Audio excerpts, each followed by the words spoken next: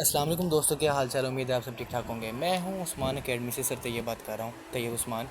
तो चलें आज हम स्टार्ट करने लगे हैं आईकॉम फर्स्ट ईयर का जर्नल। मैं आपको बताऊंगा कि आसान तरीन तरीके से आप किस तरह पेपर में अच्छे नंबर ले सकते हैं। चूँकि तैयारी नहीं है, सिलेबस बहुत ज़्यादा है, समझ भी नहीं आ रही, ऊपर से अकाउंटिंग जो है ये तो पल्ले ही नहीं पड़ रही, ऊपर से निकली जा रही है। तो अब हम सीखते हैं कि कैसे हम अकाउंटिंग को हलवे की तरह, मैगी की तरह बना सकते हैं। तो सबसे पहले अकाउंटिंग के हम आपको जर्नल बताऊँगा। मैं आपको जर्नल किस तरह करना है।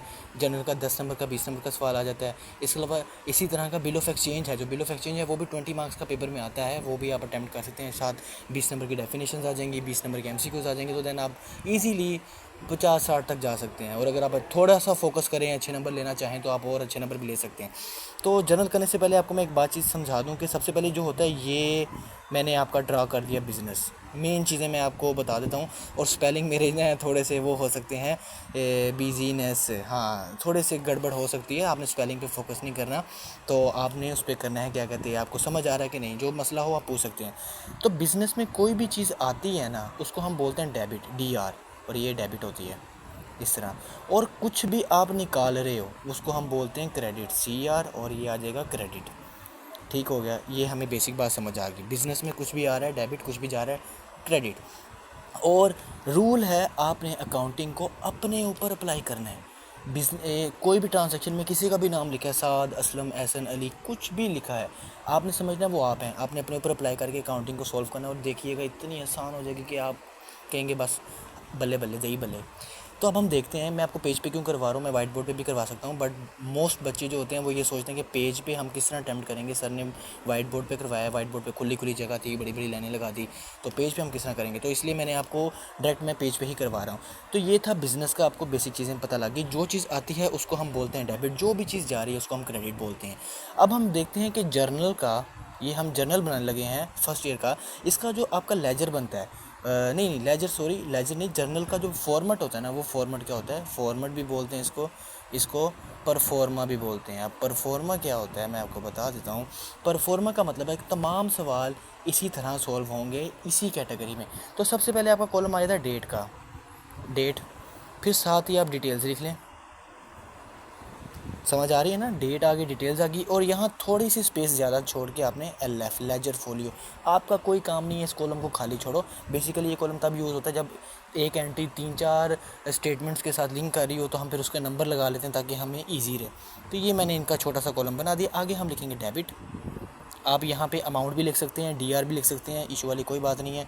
आपने स्केल के साथ लाइनें लगानी है, ठीक है, मैं पहले बता रहा हूँ। और ये आ गया क्रेडिट, और हम यहाँ डेट के कॉलम में भी लगा देंगे, दिस इज़ इट। ये है जर्नल का परफॉर्मा। ऊपर नाम आ जाता है, जिसका भी जर्नल बन रहा है उसका अपने नाम लिख लेना है।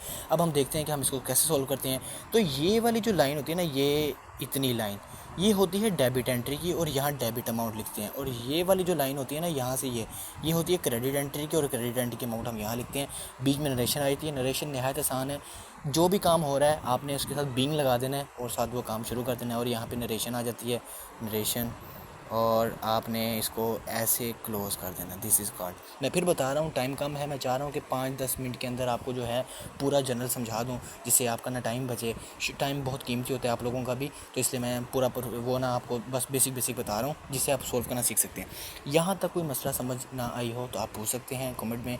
आगे हम चलते हैं, आगे मैं आपको बताता हूँ कि हम क्या कर सकते हैं। तो सबसे पहले commenced business, commenced business with cash, commenced आ जाए, स्टार्ट आ जाए, स्टार्टेड आ जाए, इसके अलावा इंट्रोड्यूस आ जाए। ये तमाम वर्ड जो होते हैं ना, इसका मतलब होता है एक बंदा बिज़नेस शुरू कर रहा है। तो हम जनरल बनाते हैं, जनरल में आपने ये date, details, LF, DR, share बना लिया। तो सबसे पहली एंट्री, बिज़नेस स्टार्ट कर रहे हैं आप कैश के साथ। कैश आपका है 20,000, थोड़े कैश से लेते हैं ताकि हमें समझ आ जाए। 20,000 से स्टार्ट करें, तो पहली एंट्री क्या होगी, पहली एंट्री आप इसकी करोगे, आपने ये डेट वाला कॉलम छोड़ के आगे लिख लेना है, आप क्या लेके आ रहे हो, कैश लेके आ रहे हो, तो आपने कैश को डेबिट कर देना। अब देखो, बिज़नेस की बात करें, ये रहा आपका बिज़नेस, इसके अंदर कैश आ रहा है, ठीक है। और किस वजह से आप ये कैश लेके आ रहे हो, ये कैपिटल है, कैपिटल का मतलब होता है सरमाया, ठीक है, कैपिटल की वजह से। तो आप कैश, आगे AC account to capital account. अब देख सकते हो आप, मैंने क्या किया है, मैंने डेबिट साइड पे डेबिट की अमाउंट है और नाम आ रहा है, और क्रेडिट साइड पे क्रेडिट की जगह छोड़ के LF का कॉलम छोड़ देना और आगे 20,000 आ जाएगा डेबिट में और क्रेडिट की अमाउंट हम क्रेडिट में लिख देंगे इस तरह करके। यहाँ तक कोई बात जो समझ ना आई हो, ये मैं आपको बेसिक एंट्री नोट डाउन करने का तरीका बता रहा हूँ। परफॉर्मा आपने याद कर लिया, एंट्रीज़ हैं। अब अगर आप बुक खोलेंगे, बुक में से आपको स्टेटमेंट नजर आएंगी, परचेज गुड्स फॉर कैश। अब नरेशन लिखनी है, नरेशन भी मैं बता ही देता हूँ। Being the business start with cash. लो जी, ये हो गया हमारा नरेशन, ऐसे लगा देनी है, दिस इज़ इट। ये कोई जनरल मुश्किल नहीं है, बहुत आसान हलवा तरीन है। उसके बाद हम चलते हैं परचेज़ गुड्स फॉर कैश। तो अब देखें, परचेज़ गुड्स फॉर कैश आ गया। अब गौर करें, आप चीज़ें खरीद रहे हैं, उसमें नाम लिखा होगा साद का, असलम का, मैंने फिर बताया आपने अपने ऊपर अप्लाई करना है। आप चीज़ें खरीद रहे हैं, परचेज़ गुड्स फॉर कैश, आप एक शॉप पे गए हैं, आप चीज़ें खरीद रहे हैं, आपके पास क्या आ रही हैं, चीज़ें आ रही हैं। तो चीज़ों का नाम नहीं लिखा, इसलिए हम परचेज़ करें। तो परचेज़, जो भी चीज़ आपके बिज़नेस में आ रही है उसको हम डेबिट करते हैं। तो डेबिट परचेज़ अकाउंट टू। बदले में क्या आपने दिया है, दुकानदार ने मुफ्त में आपको चीज़ें दे दी हैं? ऑफ कोर्स नहीं, दुकानदार को आपने पैसे दिए होंगे। तो आपके पास से जो चीज़ जा रही है उसको हम बोलते हैं क्रेडिट, और ये हो जाएगा कैश अकाउंट। अब वो अमाउंट लिखी है 5,000, तो अब यहाँ 5,000 लिख दें। ये मैं फिर बता रहा हूँ कि मैं रफ में बना रहा हूँ, ठीक है। आप लोगों ने नीट में बनाना है, ऊपर डेबिट डेबिट मार्कर के साथ डबल लाइनिंग मार्जिन लाइन लगानी है, और बड़ा नीट एंड क्लीन जिस तरह बना सकते हैं वो बनाए। ये थी आपकी बेसिक एंट्रियाँ, ठीक है। इसके बाद कंपाउंड एंट्री आ जाती है। कंपाउंड एंट्री भी मैं इसी में बता देता हूँ, क्योंकि बेसिक एंट्री जो आपका पहला क्वेश्चन है उसमें यही है, जिस चीज़ का नाम लिखा होगा टाइपराइटर अकाउंट, तो हम उसको टाइपराइटर लिख देंगे, परचेज़ की जगह टाइपराइटर लगा देंगे, कैश वैसे ही आ जाएगा। अगर बिल्डिंग अकाउंट लिखा है तो हम building account to cash account लिख देंगे। अगर उसने जस्ट लिखा हुआ है परचेज़ की है, सेल की है, तो देन हम उनकी जगह परचेज़ और सेल ही लगाएंगे। ये बेसिक मैंने आपको चीज़ें बता दी हैं। अब ये है पूरा आपका, किसको बोलते हैं, जर्नल। जर्नल के बाद हम बनाते हैं लेजर। लेजर के बाद हम बनाएंगे क्या कहते हैं, ट्रायल बैलेंस। और इसके साथ आप बिल ऑफ एक्सचेंज कर लें तो आपका ना बहुत अच्छा। मेरी कोशिश यही है कि मैं आपको यही एग्ज़ाम से पहले इन्हीं डेज़ में 2-3 दिन लगा के ये सारा जर्नल, लेजर, ट्रायल बैलेंस और ये इस तरह 5-5, 6-6, 7-7 मिनट की वीडियोज़ बना के ना तो मैं आपको समझा दूँ। तो बेसिक जो चीज़ें हैं वो ये हैं कि बिज़नेस के अंदर जो भी चीज़ आ रही है उसको हम डेबिट बोलते हैं, जो भी चीज़ आ रही है उसको हम क्रेडिट बोलते हैं। जर्नल का जो परफॉर्मा होता है वो यही रहता है, आपने सारी एंट्रीज़ को, सारी ट्रांजैक्शंस को इसके अंदर रिकॉर्ड करना है। ये डेबिट साइड आ जाती है, ये क्रेडिट साइड आ जाती है। नीचे नरेशन है, डेबिट में डेबिट की अमाउंट, क्रेडिट में क्रेडिट की अमाउंट हमेशा सेम होती है, ये याद रखिएगा, दोनों साइड्स इक्वल होती हैं। इसके बाद LF खाली, कोई टेंशन ही नहीं, ठीक है, खाली ये, क्योंकि आपका काम ही नहीं है, ये आगे काम आता है। फिर हमने स्टार्ट किया, पहली एंट्री जो होती है ना वो यही होती है, कैश टू कैपिटल।